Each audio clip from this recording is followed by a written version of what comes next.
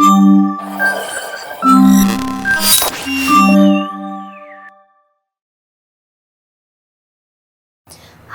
we have today RJ Akhil with us, and I'm very excited, very happy that he agreed to it and he's there.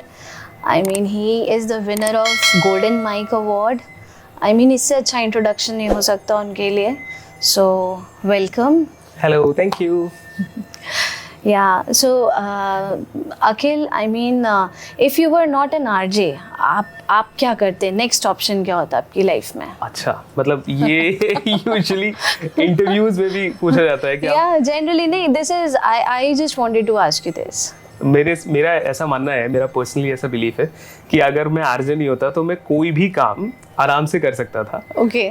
Corporate job usually मैं देखता कि हाँ शायद मैं IT में होता, क्योंकि मेरा टेक्नोलॉजिकल मतलब मेरा टेक थोड़ा सा अच्छा है. Okay. तो मैं शायद आईटी सेक्टर या ऐसा कहीं होता. लेकिन जितना अच्छा मैं रेडियो कर सकता हूँ उतना अच्छा शायद मैं वो नहीं कर पाता. मतलब मैं अगर रेडियो में हूँ और मुझे 12-13 घंटे की भी मेरी शिफ्ट है तो भी मैं रात को बहुत पीसफुली सोता हूँ. मुझे कोई ऐसा स्ट्रेस नहीं होता कि अगले दिन सुबह जल्दी उठना है. ये तो बहुत अच्छी बात है. हाँ, तो मैं शायद कुछ भी कर रहा होता लेकिन उतने अच्छे से नहीं कर पाता. बस तो ये आपकी डेस्टिनी यही थी. आई गेस 12th के बाद मुझे किसी ने बोला कि 4 घंटे की जॉब होती है Yeah. और मस्त घंटे के हिसाब से पैसे मिलते हैं और लाखों रुपए मिलते हैं. तो मैंने कहा ये तो बहुत सही है यार, 4 घंटे की जॉब है और फिर आराम से फ्री. ओके. तो धीरे धीरे फिर समझ में आया कि नहीं 4 घंटे की नहीं होती है, पूरा प्रॉपर शिफ्ट है. कभी कभी तो बहुत, इवन मुझे याद है मेरा इंटर्नशिप का सेकंड डे था और उस समय दबंग का म्यूजिक रिलीज था दिल्ली में. Okay. तो मैं सुबह 6-6:30 बजे निकला था और रात को 10-10:30 बजे घर आया था. Okay. तो मेरे फादर ने मुझसे कहा था क्या कर रहे हो तुम? तो मैंने कहा नहीं बस आज ही हुआ है, आज के बाद ऐसा लेट नहीं होगा. तो लेकिन हाँ ये है कि मजा है इसमें, ये है. ओके. और आपने अपनी कॉलेज और बाकी स्कूलिंग कहाँ से की है? मेरा सब कुछ दिल्ली से है. मेरी पढ़ाई लिखाई नर्सरी से लेके कॉलेज तक की पढ़ाई लिखाई दिल्ली से है, दिल्ली यूनिवर्सिटी से है लास्ट में.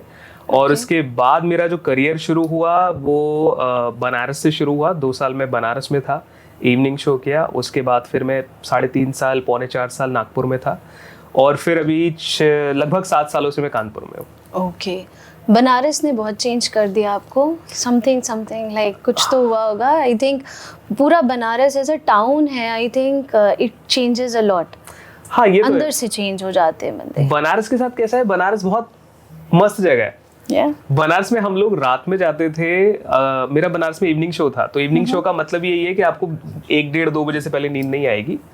तो मैं और मेरा रूममेट जो थे, नॉट फ्रीक्वेंटली बट कभी कभी ऐसा रहता था कि हम लोगों ने बाइक निकाली 3 बजे 4 बजे घाट पे गए हैं. Okay. बंद मक्खन खाने के लिए सिर्फ. और वो बंद मक्खन मुझे फिर मेरे ख्याल से कहीं नहीं मिले उसके बाद से. अच्छा. हाँ, हमें भी एड्रेस बता दीजिएगा. बिल्कुल बिल्कुल. आप दशाश्वमेध घाट पहुंचेंगे तो मेरे ख्याल से वहाँ पहले ही बृहस्पति मंदिर एक पड़ता है उल्टे हाथ पे, उसके जस्ट थोड़ा सा आगे.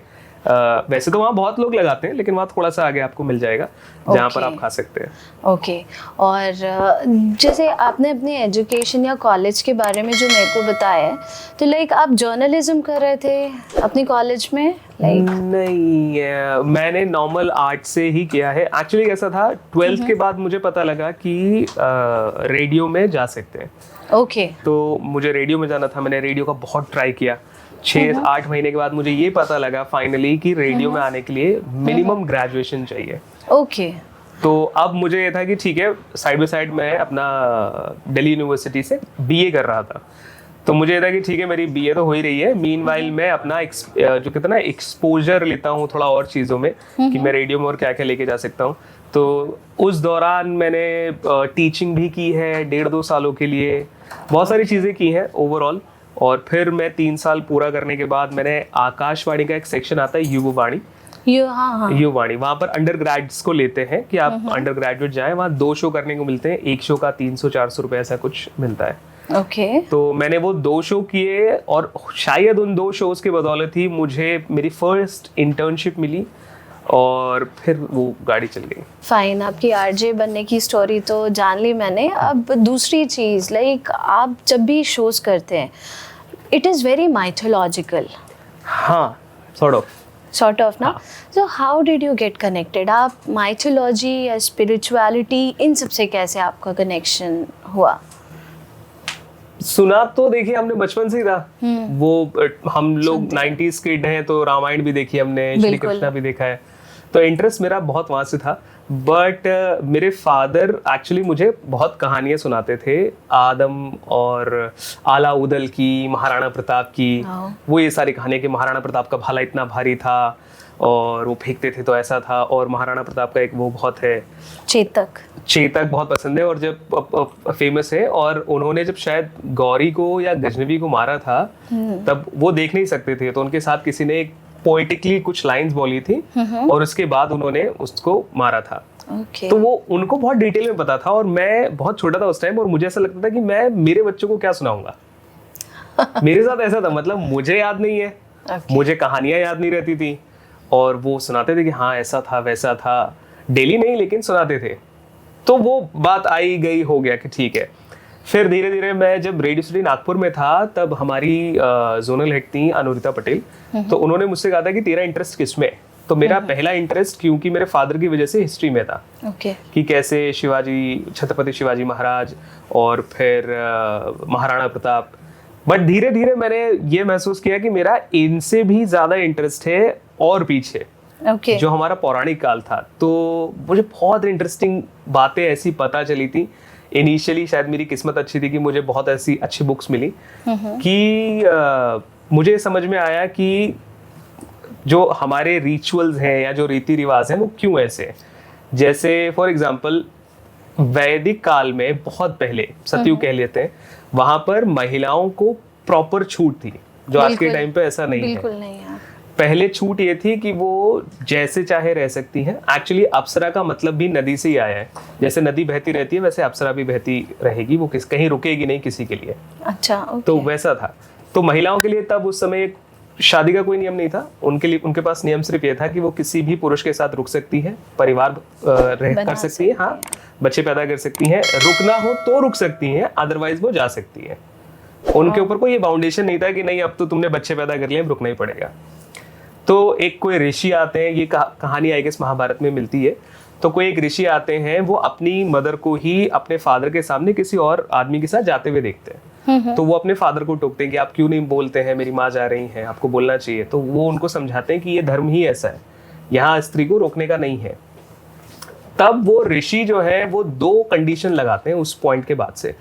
एक तो शादी करेंगे मतलब कि परिवार साथ में रहेंगे, और दूसरा एक ही मेल पर्सन के साथ रहेंगे।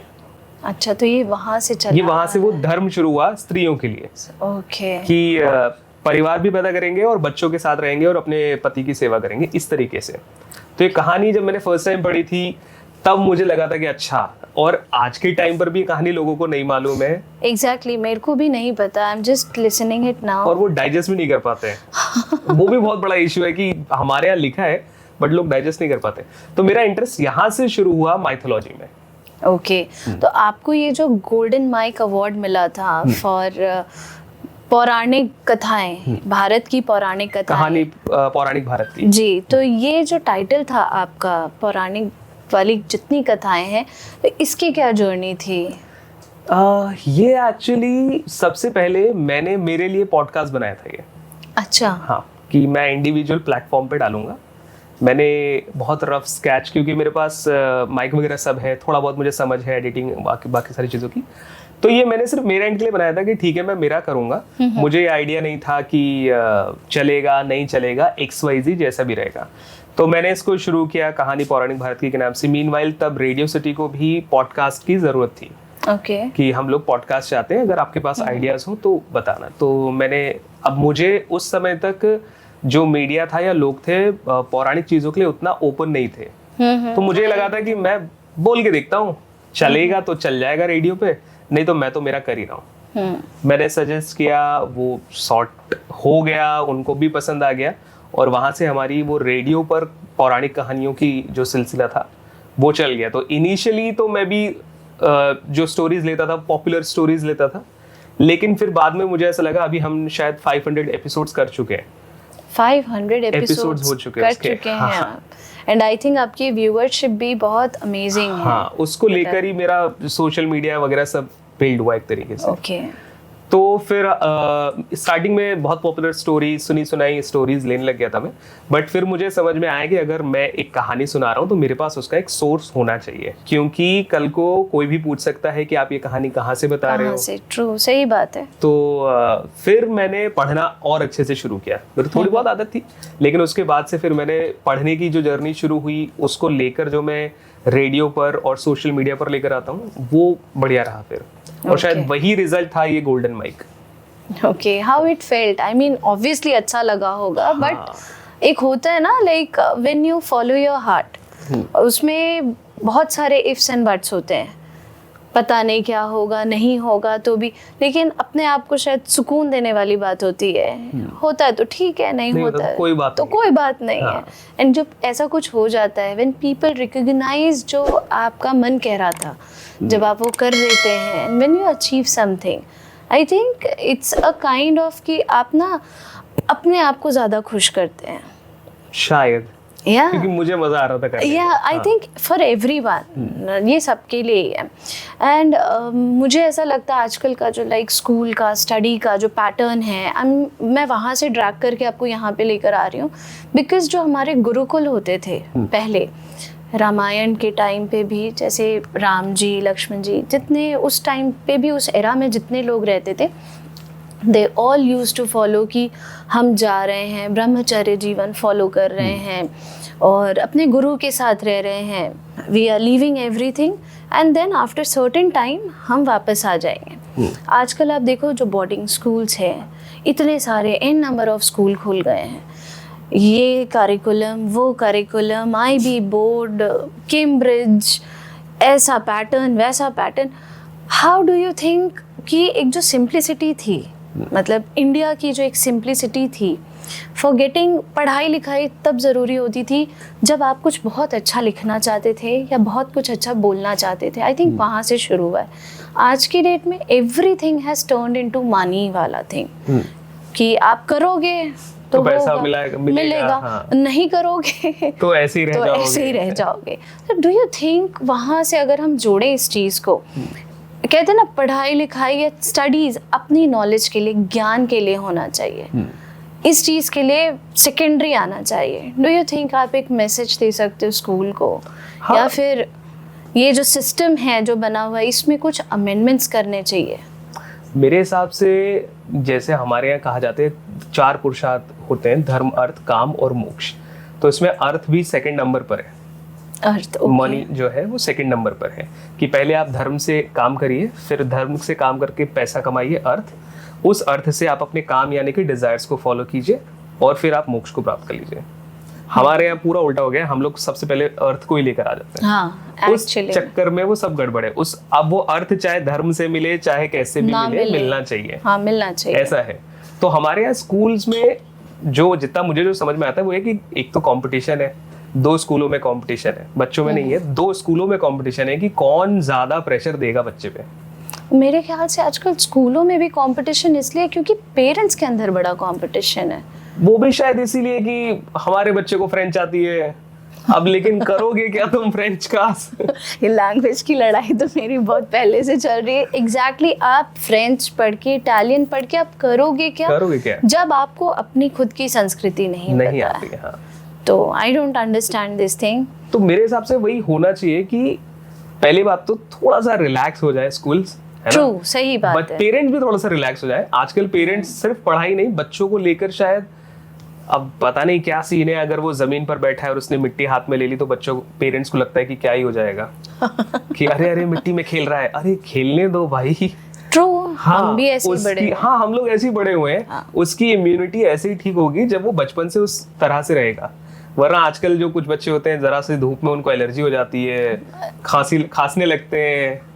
क्यों? मेरा ये कहना है वो इसलिए क्योंकि शायद पेरेंट्स बहुत अपटाइट हो गए हैं अपने बच्चों को लेकर कि एक्चुअली वो दबी कुचली से एक आदतें रहती हैं जो हमें नहीं मिला है, वो हम चाहते हैं हम हमारे बच्चों को देते हैं। तो हमको लगता था कि हमने, जैसे मुझे मेरा पर्सनल मानना ये है कि मेरी अपब्रिंगिंग बहुत अच्छी हुई है।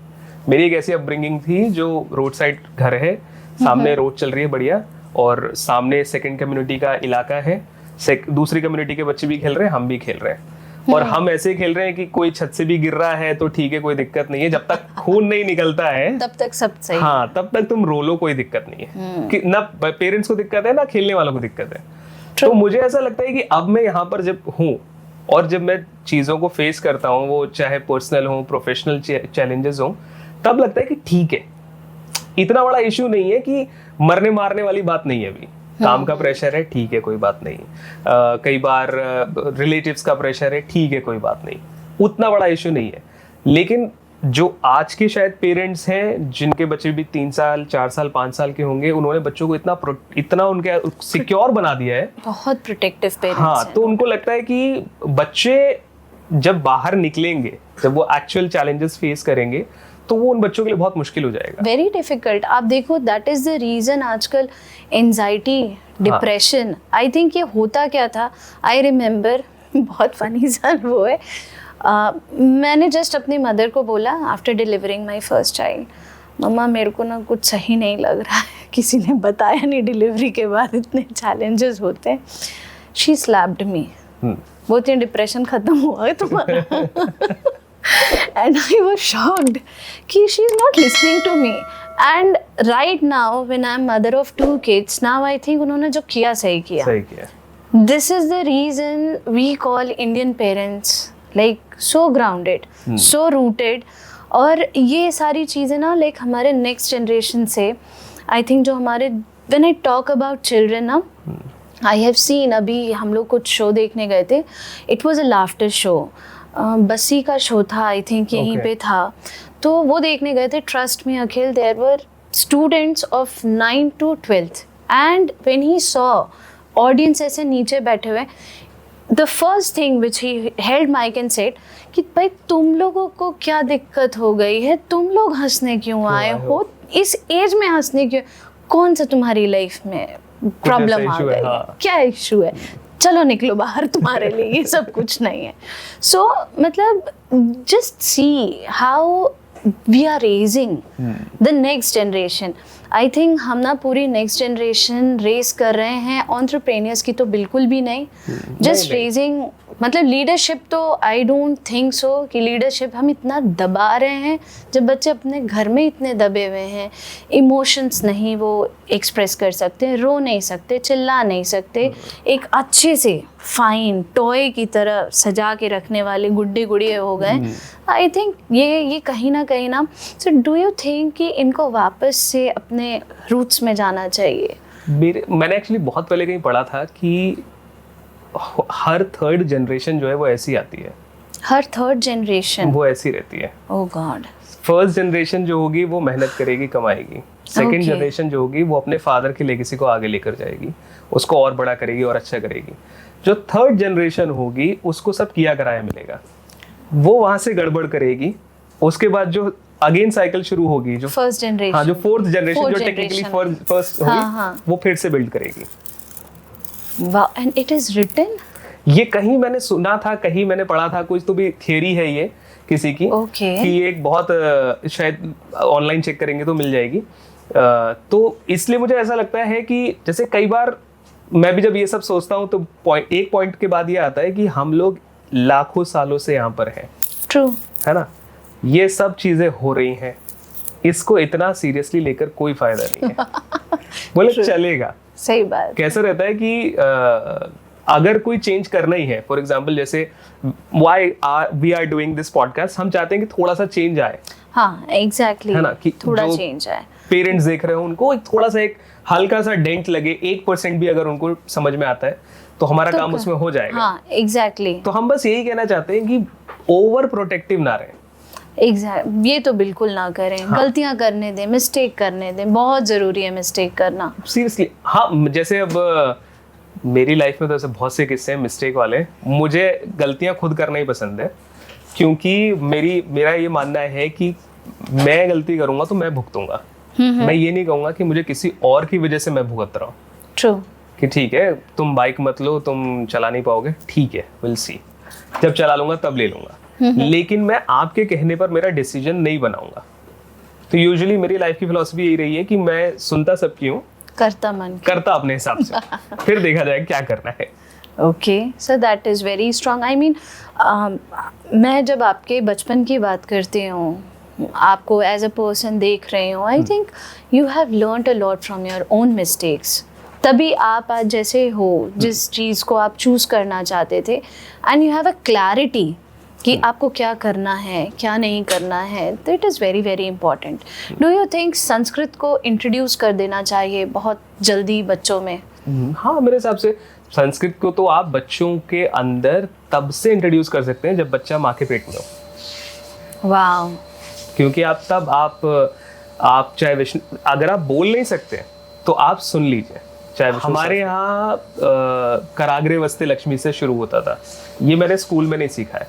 I know you, this is your घर में पर्सनल। है। हाँ, तो कराग्रे वस्ते लक्ष्मी कर मध्य सरस्वती। तो अब मेरा ऐसा मानना है, क्योंकि मैं थ्रू आउट इसमें हूँ, अब सुभद्रा के पेट में अभिमन्यु ने सीखा था चक्रव्यूह को भेदना। ट्रू, वेरी तो सिंपल सी बात है, पेट में बच्चा सुन सकता है। जब अभी मेरी वाइफ भी है तो you told me। हाँ, तो अब उसमें कैसा है कि जब मुझे भी एक्चुअली मेरा सर्कल भी शायद अच्छा है, तो मैंने एक पंडित जी हैं, उनको बोला था, तो उन्होंने कहा कि आप बहू रानी के लिए पंचतंत्र की किताबें लेके जाइए।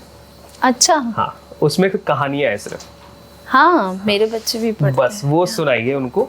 अच्छा। पढ़ सकती हैं तो बहुत गुड, बहुत अच्छी है, नहीं पढ़ सकती हैं तो आप पढ़ के सुना दीजिए। तो वो तो आई थिंक हिंदी या इंग्लिश, वो हिंदी में भी है। तो एटलीस्ट वो जो बेसिक समझ है वो आ जाएगी।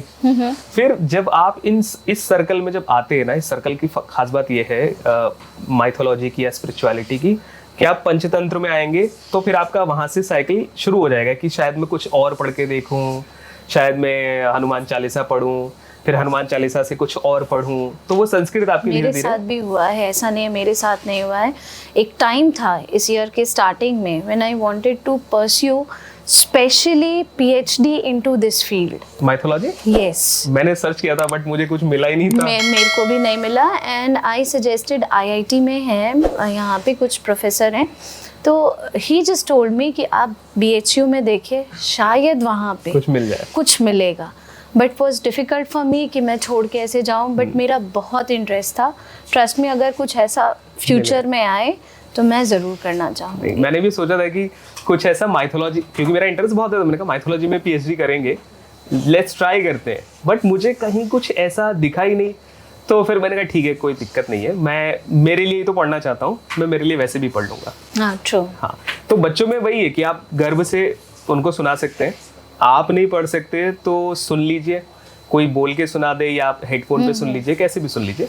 और उसके बाद अगर पेरेंट्स नहीं बोलेंगे तो बच्चों में नहीं आएगा। बिल्कुल सही बात है। बच्चे पेरेंट्स को देखकर सीखते हैं, सुनकर नहीं सीखते हैं। हाँ, वो कमांड तो बिल्कुल नहीं लेते, बिल्कुल भी नहीं लेते। मतलब मैं फोन चला रहा हूँ और अगर मैं उसको बोलूँ कि वो अपना टैब बंद कर दे या फोन बंद कर दे, कोई नहीं। हाँ, वो बच्चे फिर रिबिलियस हो जाएंगे और फिर उसका कोई फायदा नहीं है। आप वही काम कर रहे हो, मे बी उस टाइम पे वो बोले नहीं, but they have like observed you बहुत टाइम से कि भाई ऐसा ही हो रहा है, तो मैं भी ऐसे ही करूं। सब लोग तो देख रहे हैं, मैं क्यों नहीं देख रहा हूं। तो दिस इज लाइक कि संस्कृत वहां से इंट्रोड्यूस करना चाहिए। गर्व से शुरू कर सकते हैं। हमारे यहाँ 16 संस्कारों में ये संस्कार भी है, I guess if I am not wrong, तो उसे गर्भाधान संस्कार ही कहते हैं। हाँ, कि जब से फर्स्ट आपको पता लग जाए, आप तब से बच्चे का प्रिपरेशन करते रहिए। हमारे यहाँ शायद गरुड़ पुराण में भी ऐसा लिखा है कि प्राण जो है बच्चे के अंदर, वो प्राण कह लीजिए या कॉन्शियसनेस, चेतना कह लीजिए, वो शायद तीसरे से 5वें महीने में आ जाती है जी। तो वही सीन है कि आप उसके बाद से आप शुरुआत के 2-3 महीने एक तरीके से खुद प्रैक्टिस कर रहे हैं और फिर वो बच्चे के अंदर आने शुरू हो जाएगा। मेरे साथ ना एक बहुत छोटा सा incident I am telling you. जैसे ओम नमः शिवाय पंचाक्षर मंत्र होता है शंकर जी का, या तो जैसे मेरे मन में चैंट चलता रहता था and it was very natural. मतलब इफ आई एम क्वाइट तो चल रहा था ऐसे। जस्ट मतलब लाइक माय हस्बैंड टोल्ड कि ये जो चलता है, I just share it with him, I am sharing with the whole internet family, ये मत करना दीप्ति, ये पंचाक्षर मंत्र है, तुम हर हर महादेव बोलो या कुछ और बोलो, ये मत करना। तो ये जो एक बिलीफ उसने डाली ना, वो वहीं पे ब्रेक हो गया। ओके उसके बाद आई स्टार्ट, मतलब एक होता ना फोर्स ट्राई करना, I tried it also, but वो वहीं पे ब्रेक हो गया। आई डोंट नो व्हाट हैपेंड, तो उन्होंने क्यों मना किया बट था? आई पता कोई नहीं, उन्होंने reason? कहीं देखा ओके कि ये बोलना नहीं चाहिए, बिना दीक्षा के नहीं बोलना चाहिए बिना ऐसा? ऐसा कुछ लिए नहीं बोलना चाहिए या कुछ नहीं बोलना चाहिए। तो मेरा ये कहना था, लाइक कई बार ऐसा होता है ना कि कुछ चीज़ें आपके अंदर से आती हैं, नो मैटर व्हाट। कहते हैं ना कि जब आप भक्ति करते हैं तो उसमें तर्क नहीं रखना चाहिए। तर्क आप साइंस में रखिए, लेकिन जब आप किसी के भक्त हैं या जब आप भक्ति में हैं तो तर्क मत रखिए। क्या सही है क्या गलत है, जस्ट लीव इट। डू जैसे you agree with this thing? हाँ, मैं इसमें आपके वाले पॉइंट के साथ अग्री करता हूँ। जो आपको रोका वो सही, एक्चुअली उन्होंने भी आपके हिसाब से सोच के रोका होगा जी। कि भाई मैं चाहता हूँ कि इसका कोई भी बुरा ना हो। मेरे जो गुरु हैं, गुरु करुणामय जी, उन्होंने एक बहुत अच्छी बात बोली थी कि लोगों के अंदर ये बड़ा मन में वहम है कि मैं मंत्र नहा धोकर बोलूँगा या काफी लोगों हाँ के पूजा अंदर कर है रहा हूँ ये। तब बोलूँगा, मैं जब ये कर रहा हूँ तब नहीं बोलूँगा, वो कर रहा हूँ तब नहीं बोलूँगा। तो उन्होंने मुझे एक छोटी सी, हम लोगों को ही बताई थी। उन्होंने कहा कि मान लो आप सो रहे हो, रात में लक्ष्मी जी आती हैं, लक्ष्मी जी एकदम बढ़िया आई हैं आपके पास, तो अब आप क्या कहोगे कि मैं जाता हूँ नहा धोकर आता हूँ फिर मांगूंगा आपसे? नहीं, आप obviously जिस पोजीशन में होगे, आप जैसे जिस भी स्थिति में होगे, आप उसी स्थिति में उनसे बात करोगे, मांगोगे। सही बात है। ये ही सेम है मंत्रा के साथ। मेरा भी अगर मेरा जो रिचुअल या जो डेली का शुरू होता है वो मेरे बेड से शुरू होता है, क्योंकि हमें बताया गया है बेड से शुरू होकर वॉशरूम में शुरू हो रहता है, फिर वहां से वो मंदिर में शुरू रहता है, फिर उसके बाद पूरे घर में शुरू रहता है, पूरे लाइफ में दिन में शुरू रहता है। हम लोगों के साथ हर पंथ के अलग अलग मत हैं कि हम ये करेंगे तो ये नहीं करेंगे। जो जहाँ पर मैं हूँ या जिनसे मैं सीख रहा हूँ, उन्होंने ये बाइफर्केशन नहीं किया है कि तुम शूज पहन के नहीं करोगे या तुम ऐसे नहीं करोगे। हाँ, जब आप पूजा कर रहे हो दैट्स अ डिफरेंट थिंग, कि अब मैं पूजा कर रहा हूँ तो मैं जूते पहन के पूजा नहीं करूँगा। लेकिन ये एक्चुअली ये वैसा है कि मैं किताब देखते देखते किताब पढ़ते पढ़ते टीवी देख रहा हूँ या टीवी देखते देखते किताब पढ़ रहा हूँ। तो अगर मेरा मेन प्रायोरिटी है कि मैं पूजा कर रहा हूँ तो मैं शूज नहीं पहनूंगा ओके। प्रॉपर तरीके से, जिसके लिए आपको रोका गया कि ये मत बोला करो। वो ऐसा है क्योंकि एक सर्टेन बिलीफ है जो बचपन से सबके अंदर है कि हमें मंत्र सिर्फ पूजा में ही बोलने चाहिए। जूठे हाथ है तो वो मत करो, जूठे खाना खाते खाते मत बोलो, वो सब है। तो लेकिन अगर मैं कार में भी आ रहा हूँ तो मैं मेरा मंत्र कर सकता हूँ, मैं मेरा मंत्र बोल सकता हूँ। मंत्रों के साथ या चैंट के साथ एक अच्छी बात ये होती है, वो आपको तभी मिलेगी जब आप रेडी रहोगे, और तब तक रहेगी जब तक आप करते रहोगे। मतलब कि मैं शक्ति को बहुत मानता हूँ, ठीक है, ललिता माता त्रिपुर सुंदरी, ठीक है। Okay. Every thought you have वो वहीं से आ रहा है, क्योंकि उस थॉट का एक सोर्स है, माया कहते हैं ना। हाँ, वो परा माया है, वो ही संसार चला रही है एक तरीके से। सिंगल छोटे से छोटा थॉट, चाहे वो अच्छा है या बुरा है, वो वहीं से है। रोशनी भी वही है, अंधकार भी वही है, ज्ञान भी वही है, अज्ञान भी वही है। तो उसमें कैसा रहता है कि जब हर थॉट मुझे उन्हीं की तरफ से आ रहा है, हर थॉट, चाहे वो मंत्र करने का थॉट हो या मंत्र को रोकने का थॉट हो, तो उसको हमेशा मैं पॉजिटिवली लेता हूँ। फॉर एग्जाम्पल कि मैं अगर वॉक कर रहा हूँ तो मैं यूजुअली वॉक करते करते ललिता सहस्त्रनाम हेडफोन पे सुन लेता हूँ। ओके। अब लोगों का ऐसा कहना रहता है कि नहीं अब तुम सुन रहे हो तो बैठ के सुनो, बैठ के करो। बहुत सारे मिथ्स हैं। हाँ, बहुत सारी चीजें, बहुत सारे मिथ्स हैं। मेरा ये कहना है कि अगर मैं मेरी माँ के लिए कुछ करना चाह रहा हूँ तो उसके लिए कभी सोचने की जरूरत ही नहीं तो मैं है। क्यों ये सोचूं कि मैं ऐसे करूंगा तो वैसे करूंगा। एक्चुअली मुझे जो लगता है ना, भाव बहुत इम्पोर्टेंट है। चाहे आप पूजा के साथ जोड़िए, चाहे आप नेक्स्ट किसी के भी साथ आप जोड़िए। जैसे देवी पुराण में कहानी है, जैसे मंत्र वाली बात पे आते हैं आप लोग, है ना। तो देवी पुराण में कहानी है सत्यतपा की। सत्यतपा की कहानी है। वो देवी का एक बीज मंत्र है। वो बीज मंत्र देवी का सत्यतपा गलत लेते हैं, बट गलत लेने के बाद भी वो तर जाते हैं। भाव ऐसा हाँ। होता है। क्योंकि वो सत्य बोलते थे, उनका भाव सही था। वो एक कोई जानवर होता है शायद, किसी शिकारी ने उस जानवर को चलाया रहता है, मारा रहता है, तो वो घायल जानवर उनके पास आता है, तो वो सत्यतपा से पूछते हैं, तो सत्यतपा क्योंकि झूठ नहीं बोलते तो वो उनको थोड़ा सा घुमा देते हैं बातों में, तो वो जो शिकारी होता है वो चला जाता है और वो उस घायल जानवर को हाथ में लेके प्यार से मतलब बोलते आई, बोलते आई। तो अब वो गलत मंत्र बोलते हैं बिना बिंदु का। अच्छा, ओके। हाँ, तो गलत बोल रहे हैं लेकिन भाव में बोल रहे हैं तो भी उनका कल्याण हो जाता है। तो जो लोग ये सोचते हैं कि मंत्र ऐसा है तो मंत्र वैसा है, पहली चीज तो किसी को दिखाने के लिए तो कोई करता नहीं है। सही बात नहीं, आजकल तो दिखाने वाला। हाँ, वो एक अलग सीन है कि मैं अभी बैठूं और मैं माला लेकर चलने लगूं, हाँ, तो आपको भी लगेगा बहुत बड़ा आदमी आया है मेरे सामने। हाँ, लेकिन जैसे जो आपका चलता था वो बहुत नेचुरल था, एकदम फ्लो में था। और ट्रस्ट मी, जब वो टूटा है ना, I was very disturb. Like 2 दिन तो बिल्कुल ऐसा लग रहा था मेरे को दैट समथिंग किसी ना बहुत अच्छी चीज़ के लिए हो रहा था, सडनली इट ब्रोक। और कुछ ऐसा घर में कुछ नहीं हुआ, बट समथिंग वेंट इनसाइड में कि ऐसा क्यों हुआ, व्हाई डिड इट स्टॉप। उनको बोल के वापस शुरू कर लीजिए। नहीं, I am forcefully trying. Forcefully नहीं फोर्सफुली के साथ कैसे है, कई बार चीजें हमारे पास उतने समय के लिए आती हैं, मे भी हो सकता है। हाँ, तो अब जैसे अब हो सकता है, इसीलिए मैं कभी भगवान से ये नहीं कहता कि मुझे मैं ये नहीं कहता कि मुझे मैं क्या ब्रांड, फॉर एग्जांपल मैं भगवान से नहीं कहता कि मुझे एक पर्टिकुलर ब्रांड की टॉफी चाहिए। अच्छा, क्यों? क्योंकि क्या पता उससे अच्छी टॉफी मुझे मिल रही हो। तो आप ये मत कहो कि मुझे नमः शिवाय शुरू करना है, हो सकता है कुछ नया मिल रहा हो, वो जर्नी नमः शिवाय की पूरी हो गई, अब हो सकता है कुछ और मिल रहा हो। मे भी हो सकता है। एंड लाइक गीता के लिए जैसे, मतलब लाइक गीता पढ़ने में आई गॉट बुक्स, लेकिन कभी भी वो ना शुरू हो पाई, और जो चीज़ शुरू नहीं हो सकती ख़त्म होना तो नामुमकिन है।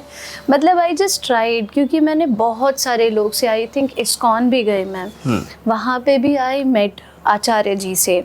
आई आस्क्ड हिम कि कैसे पढ़ूं, because you know when a mother, कोई एक माँ जब ये काम करती है ना, वो आई थिंक अपने नेक्स्ट जनरेशन को समझाने के लिए, क्योंकि ये सारी चीज़ें छूटती जा रही है। मेरा मोटिव वो था सीखने का, टू बी वेरी ट्रू, कि मैं अपने बच्चों को इम्पार्ट कर सकूं ये सारी चीज़ें।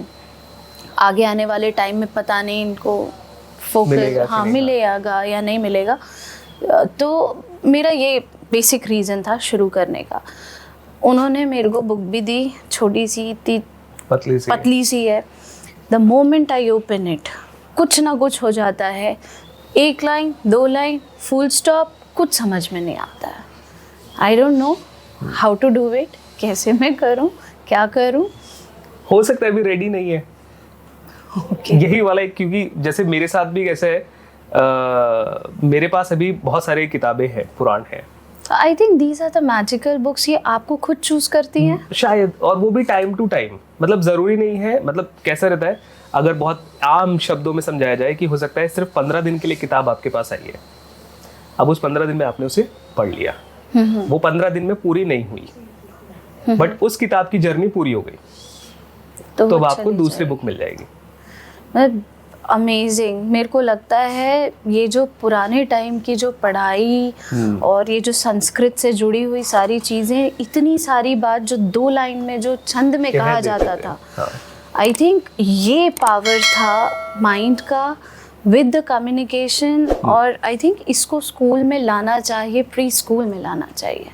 हाँ, ये वैसे तो घर से ही शुरू होनी चाहिए, बिल्कुल घर से शुरू होनी चाहिए। और फ्रेंच जर्मन में कुछ नहीं रखा है, ट्रू, उनकी अपनी एक जर्नी है, बट आई थिंक ये ज़्यादा ज़रूरी है। बिकॉज जब मैं इंग्लिश ऑनर्स भी कर रही थी ना, समवेयर आई रेड कि हमारा जो लैटिन इंग्लिश जिससे ओरिजिनेट हुई है, उसके भी कुछ पोर्शन जो हैं they are original from Sanskrit. I mean I am telling you, because I was so, इतनी मैं हैरान थी पढ़ के वो, और इतना इंटरेस्ट मेरे को हो गया था। Again I went over it कि कहाँ से शुरू हुआ ये। ऑक्सफोर्ड में थे वो, और वहाँ से ही स्टार्टेड, मतलब थोड़ा थोड़ा सा डिक्शन लेना शुरू किया उन्होंने। एंड दिस आई थिंक कुछ ऐसा 50 इयर्स में ये लैंग्वेज की मार्केटिंग ऐसी हुई, and now it is all over the place. वही चक्कर है कि हो सकता है कि अब शायद कुछ अवेयरनेस लोगों में आए, क्योंकि लोगों के अंदर अभी एक पॉइंट पे भक्ति है जो बढ़ रही है। तो होपफुली कि धीरे धीरे शायद ये जनरेशन नहीं तो नेक्स्ट जनरेशन तक संस्कृत फिर से आ जाए। लोग संस्कृत में टैटू तो करवाने ही लगे, एक्सेप्ट भी करने लगे तो बहुत अच्छा रहेगा। हाँ, एक्सेप्ट करें, आई थिंक उसको और नेक्स्ट जनरेशन तक लेके जाए। हाँ, या thank you so much. Thank you. Thank you so much.